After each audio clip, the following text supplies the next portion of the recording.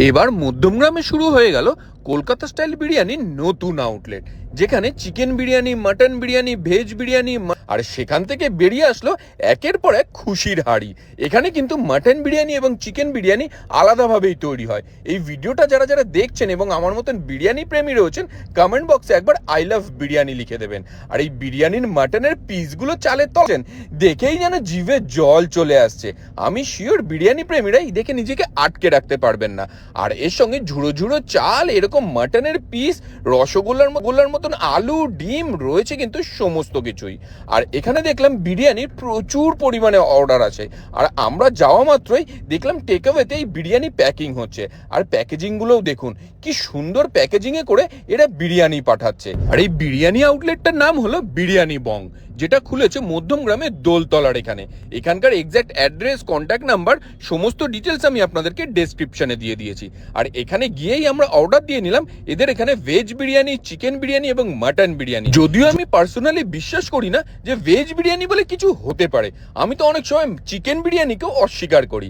বিরিয়ানি মানেই এইরকম মাটন বিরিয়ানি। আর মাটনের পিসটা দেখুন, ও হো, দেখেই যেন জিভে জল চলে আসছে। এরকম নরম তুলতুলে রসগোল্লার মতন মাটন, এই দেখে আমি শিওর আপনারা নিজেদের লোভ সামলাতে পারছেন না। আর আলুটা দেখুন একদম রসগোল্লার মতন। আর এই বিরিয়ানি, আলু, তার সঙ্গে ডিম সমস্ত কিছু ভেঙে নিয়ে সুগন্ধিযুক্ত চালের সঙ্গে মেখে নিয়ে আমি সোজা মুখে চালান করলাম।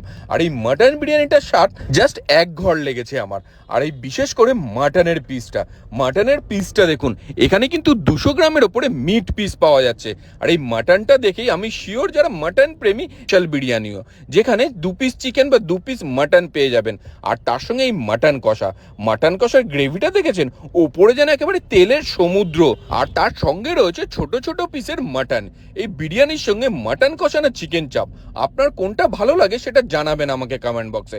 আর মাটনটা দেখুন কেমন সেদ্ধ হয়েছে, আলতো করে 2 আঙুল দিয়ে চাপ দিতেই একদম পরতে পরতে ছাড়িয়ে বেরিয়ে চলে আসছে। আর তার সঙ্গে এই তৈলাক্ত গ্রেভি সমস্ত কিছু মেখে নিয়ে সোজা মুখে চালান করলাম। যদিও এই মাটন বিরিয়ানির সঙ্গে কিন্তু আমার চিকেন চাপটা দারুণ লাগে।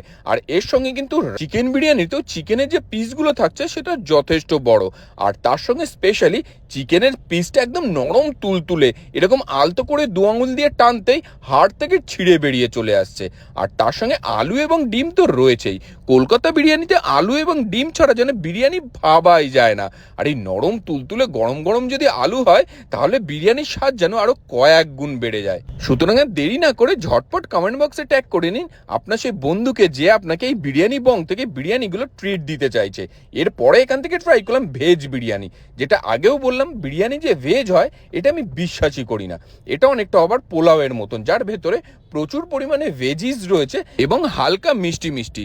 যারা ননভেজ খান না তারা এই ভেজ পোলাওটা ট্রাই করতেই পারেন। আর তারপরে শেষ পথে ফিরনি তো থাকছেই।